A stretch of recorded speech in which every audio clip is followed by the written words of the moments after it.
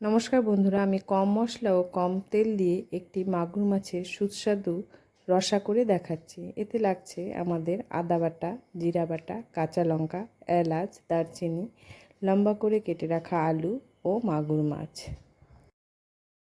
স্বাস্থ্যকর খেতে চাইলে পরিশ্রম তো একটু করতেই হবে, তাই আমি মশলাগুলো আদা কিংবা জিরা দুটোই পাটায় খুব ভালোভাবে একদম মিহি করে বেটে নিয়েছি।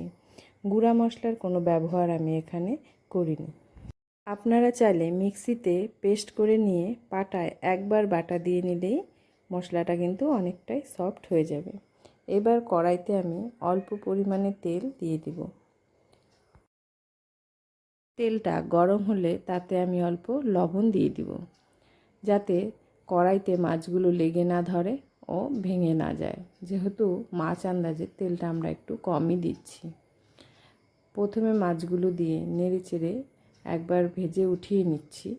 তারপর বাকি মাছগুলোও কড়াইতে দিয়ে দেব। দেখুন কড়াইতে কতটা তেল কম, তবু মাছগুলো কড়াইতে লাগছেও না বা ভেঙেও যাচ্ছে না। এরপর কড়াইতে যে অবশিষ্ট তেলটা থাকবে তাতে তেজপাতা, কালো জিরে দিয়ে আমরা ভালো করে নেড়ে নেব। এবার লম্বা করে কেটে রাখা আলুগুলো এর মধ্যে দিয়ে দিব। পরিমাণ মতো নুন, হলুদ দিয়ে ভালো করে ভেজে নেব। একটু সময় নিয়েই কম হিটে আমরা আলুটাকে ভালো করে ভেজে নেব। এবার আদা বাটা, জিরে বাটা দিয়ে আলুটাকে ভালো করে কষিয়ে নেব।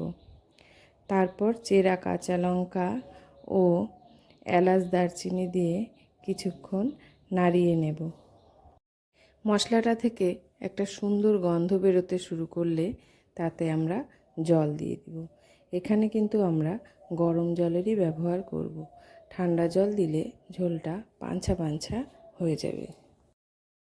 আলুটা কিছুটা নরম হয়ে গেলে ও জলটা অল্প শুকিয়ে আসলে তখন আমরা আবার একটু নাড়াচাড়া করে তার মধ্যে মাছগুলিকে ঢেলে দেব।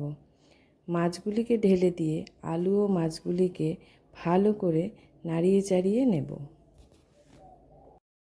এবার মাছগুলো ও আলুগুলো ভালো করে কষে গেলে তখন আমরা এর মধ্যে গরম জল ঢেলে দেব। গরম জল দেওয়া হয়ে গেলে মিডিয়াম হিটে কিছুক্ষণ ফুটতে দেব। কথায় আছে, প্রথমে দর্শনধারী তারপর গুণবিচারী। যেহেতু আমরা অল্প মশলা দিয়েছি তাই ঝোলটা দেখতে কিন্তু একটু পাতলা হবে, তাই এতে আমরা একটু কর্নফ্লাওয়ার গুলে ঢেলে দেব। তখন ঝোলটা একদম থকথকা ঘন ঘন দেখা যাবে এবং দেখে মনে হবে এতে আমরা অনেক মশলা ব্যবহার করেছি।